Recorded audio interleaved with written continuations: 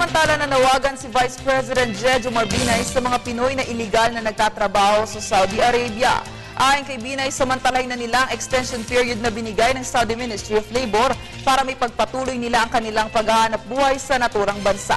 Para sa detalye, balitaan mo kami na World Perfect. Pinasalamatan ni Vice President Jejomar Binay ang Saudi Ministry of Labor sa pagpapalawig pa hanggang 3 buwan ang binigay nito na amnesty period sa mga foreign workers, particular na Filipino overseas. Ayon kay Vice President Binay, ay napakalaking tulong sa lahat ng mga OFWs na nasa Saudi para maisaayos ng mga ito ang kanilang mga dokumento upang mamalagi at makapagtrabaho pa sa naturang bansa. Nanawagan rin si Binay sa mga kababayan natin na gamitin ng mga ito ang karagdagang panahon para maisumite ang requirements ng Saudi government sa Philippine Embassy. The problem is factual, no? Na yung facilities, yung administrative responses ng Saudi could not cope up with the demands, no? Daan libo ito eh. Hindi lang naman Pilipino ang na-involve dito, no?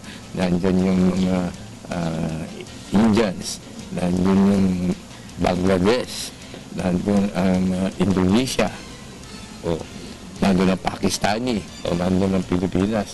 So lahat nito itinatama ang papeles nila.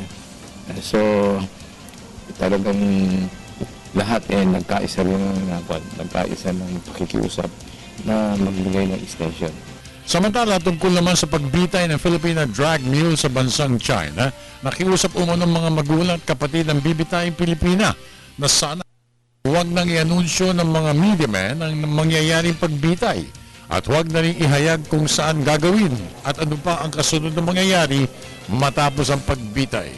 Dahil dito, nanawagan rin si Vice President Binay sa mga mamamahayag na respetuhin na lang ang pakiusap ng pamilya para hindi na mapag-usapan pa ang gagawing pagbitay. Ang pakiusap ng pamilya, no? Lalo na nung nanay, na kung maaari huwag na lamang mabanggit pa yung kung kailan at kung na-execute na. Ewan ko kung anong dapat ko sabihin sa inyo ngayon. Yun ang pakiusap na, no? Ayaw na lang kasing malaman ng marami na nangyari na yun doon sa anak niya, no? Katunayan, para wala na ngang siguro isang dahilan to bakit ang pakiusap ng magulang kung ma-execute rin lang, i-cremate na lang. Hindi rin inihayag ni Binay ang takdang araw ng bitay.